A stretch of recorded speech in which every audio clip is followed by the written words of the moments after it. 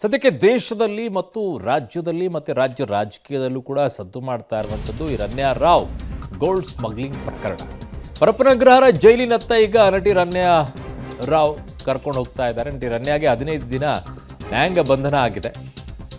So ಕಣ್ಣೀರಿಡ್ತಾ ಜೈಲು ಕಡೆಗೆ ನಟಿ ರನ್ಯಾ ಹೊರಟಿರೋದು. ಈಗ ಅವರೇ ನೋಡೋದು, ಅವ್ರನ್ನ ಕರ್ಕೊಂಡೇ ಹೋಗ್ಬೇಕು. ಪರಪ್ಪನಗ್ರಹಾರ ಜೈಲಿನತ್ತ ಈಗ ಕರ್ಕೊಂಡು ಹೋಗ್ತಾ ಇದ್ದಾರೆ ನಟಿ ರನ್ಯಾ ರಾವ್ಗೆ.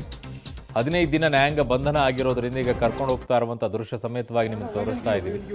ಕಣ್ಣೀರು ಹಾಕ್ತಾನೆ ಹೋಗ್ತಾ ಇದ್ದಾರೆ. ಈಗ ಅವ್ರು ಕರ್ಕೊಂಡು ಹೋಗ್ತಾ ಇರೋದು ಕಾರಲ್ಲ, ಕಾರಲ್ಲಿ ಕರ್ಕೊಂಡು ಹೋಗ್ತಾ ಇದ್ದಾರಂತೆ. ಪರಪ್ಪನಗ್ರಹಾರಕ್ಕೆ ಕರ್ಕೊಂಡು ಹೋಗ್ತಾ ಇರೋದು.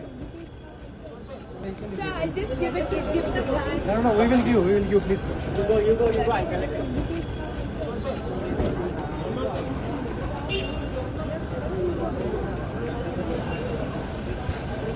Sir, I'll just give the plan. No, we will give, please.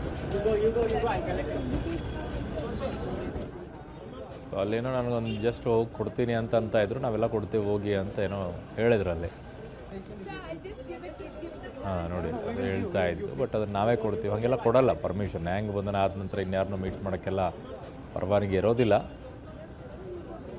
ನನ್ನ ಸಹೋದ್ಯೋಗಿ ಈಗ ಕ್ರೈಮ್ ಬ್ಯೂರೋ ಹೆಡ್ ಆಗಿರುವಂಥ ಮುರಳೀಧರ್ ನನ್ನ ಸಂಪರ್ಕಕ್ಕೆ ಸಿಗ್ತಾ ಇದ್ದಾರೆ. ಮುರಳಿ, ಏನಾಯ್ತು ಈಗ? ಕೋರ್ಟ್ ಅಲ್ಲಿ ನ್ಯಾಯಾಧೀಶರನ್ನ ಭೇಟಿಯಾಗಿ ನಂತರ ನ್ಯಾಯಾಂಗ ಬಂಧನಕ್ಕೆ ಕೊಟ್ಟ ನಂತರ ಏನಾಯಿತು ಬೆಳವಣಿಗೆ? ಮುರಳಿ, ಅರುಣ್, ಏನಂದ್ರೆ ನ್ಯಾಯಾಂಗ ಬಂಧನಕ್ಕೆ ಅವರನ್ನ 14 ದಿನಗಳ ಕಾಲ ಒಪ್ಪಿಸಿರುವಂತದ್ದು. ಈಗ ಈ ಸಂದರ್ಭದಲ್ಲಿ ಆಕೆ ಪರಪ್ಪನಗ್ರಹಾರಕ್ಕೆ ಕರ್ಕೊಂಡು ಹೋಗುವಂತ ಸಂದರ್ಭದಲ್ಲಿ ಸೆರೆ ಸಿಕ್ಕ ದೃಶ್ಯಾವಳಿಗಳು. ಆ ಸಂದರ್ಭದಲ್ಲಿ ಆಕೆ ಸಾಕಷ್ಟು ಅಳಲನ್ನ ತೋಡ್ಕೊಳ್ತಾಳೆ. ಮತ್ತೆ ಬಟ್ಟೆ ವಿಚಾರಕ್ಕೆ, ಅಂದ್ರೆ ಆಕೆಗೆ ಬಟ್ಟೆನ ಪ್ರೊವೈಡ್ ಅನ್ನ ಮಾಡಿದ್ರು ಕೂಡ ಕಳೆದ 5 ದಿನಗಳಿಂದನೂ ಕೂಡ ಅದೇ ಬಟ್ಟೆಯಲ್ಲಿ, ಅಂದ್ರೆ ಈಗ ಧರಿಸಿರುವಂತ ಬಟ್ಟೆ ಏನಿತ್ತು, ಅಂದ್ರೆ ಬಂಧನಕ್ಕೊಳಗಾದ ಸಂದರ್ಭದಲ್ಲಿ ಅದೇ ಬಟ್ಟೆಯನ್ನ ಆಕೆ ವೇರ್ ಮಾಡಿರುವಂತದ್ದು. ಆ ಹಿನ್ನೆಲೆಯಲ್ಲಿ ಮತ್ತೆ ಬಟ್ಟೆಯನ್ನ ಪ್ರೊವೈಡ್ ಮಾಡ್ಲಿಕ್ಕೆ ಕೇಳಿದಂತ DRI ಅಧಿಕಾರಿಗಳು ಪರಪ್ಪನಗ್ರಹಾರಕ್ಕೆ ನಿಮ್ಮ ಸಂಬಂಧಿಕರು ತಲುಪಿಸ್ತಾರೆ ಅನ್ನೋ ಮಾಹಿತಿಯನ್ನ ನೀಡ್ತಾರೆ. ಮಾಹಿತಿಯನ್ನ ನೀಡಿದ ಬಳಿಕ ಆಕೆ ಅಲ್ಲಿಂದ ಹೊರಟಿರುವಂತದ್ದು. ಅದಕ್ಕೆ ಏನು ನ್ಯಾಯಾಂಗ ಬಂಧನಕ್ಕೆ ಒಪ್ಪಿಸಲಾಗಿದೆ. ನಾಳೆ ಅವರ ಜಾಮೀನು ಅರ್ಜಿ ವಿಚಾರಣೆ ಕೂಡ ನಡೆಯುವಂತದ್ದು. ಅರುಣ್, ಓಕೆ ಮುರಳೀಧರ್, ಮೇಲೆ ಮಾಹಿತಿಗೆ ಧನ್ಯವಾದಗಳು.